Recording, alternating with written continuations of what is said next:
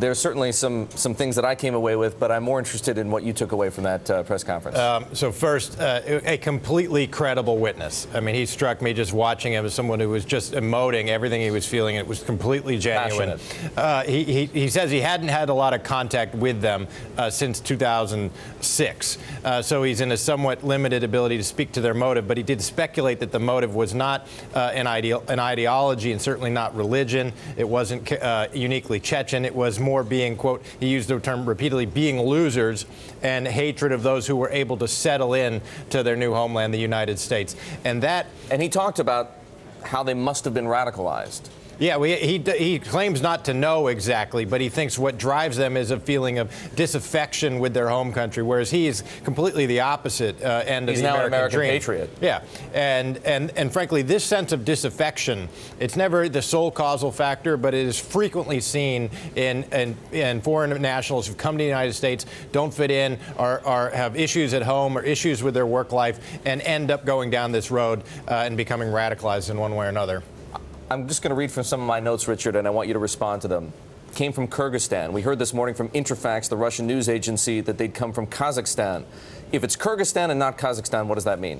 Kyrgyzstan is borders Afghanistan, and we have a major logistical hub that funnels soldiers and equipment into the Afghan war through Kyrgyzstan, not Kazakhstan. Kyrgyzstan's much smaller, frankly, is a more Muslim country, not that that matters, than Kazakhstan.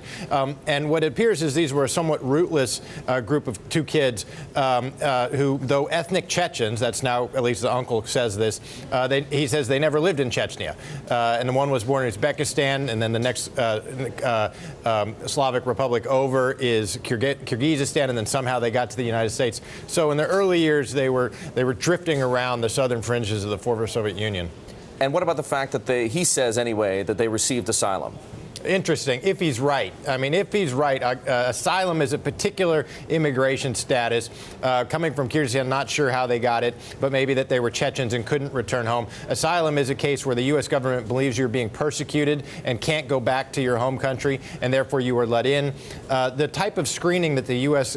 government applies to asylum seekers, it was very controversial. And in the period that they entered, as when I was in the White House, we were actually reviewing those policies, there was a sense that asylum seekers might not be subject to the same level of scrutiny as normal applicants for visitor visas or student visas, and it was increased.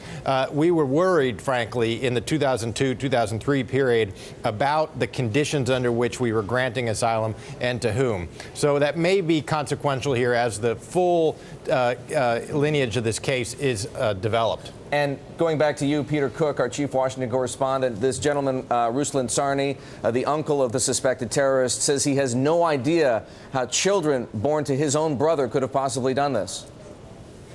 Yeah, that's right. And as we just heard, he consistently referred to them as losers. That was the only reason, the only motivation he could think of that they couldn't get settled into this country, that was the only motivation he could come up with. One thing I did want to point out as I listened to him carefully, he did say that they'd been born in Kyrgyzstan, but he also indicated at one point, I heard him say that he had spent time, at least one of these suspects had spent time in Dagestan and had perhaps spent more time there recently before he came to the United States. And I would ask Richard Falkenrath, again, the significance of that and what that does, again, to this equation.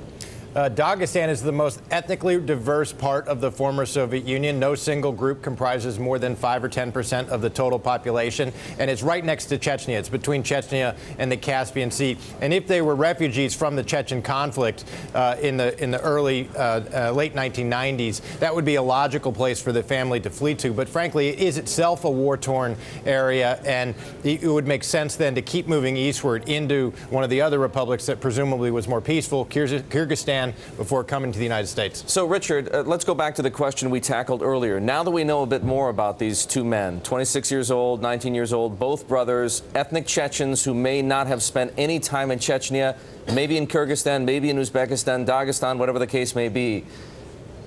Can we say anything about their affiliation? Not yet. Not yet. Still not yet. I mean, that process, the dynamic of radicalization could have occurred out with the two of them acting alone, or could have occurred with the assistance of a foreign network of some kind. We do not know that yet. And you can guarantee that with the national security team for President Obama converging on the Situation Room in the White House, that will be topic one.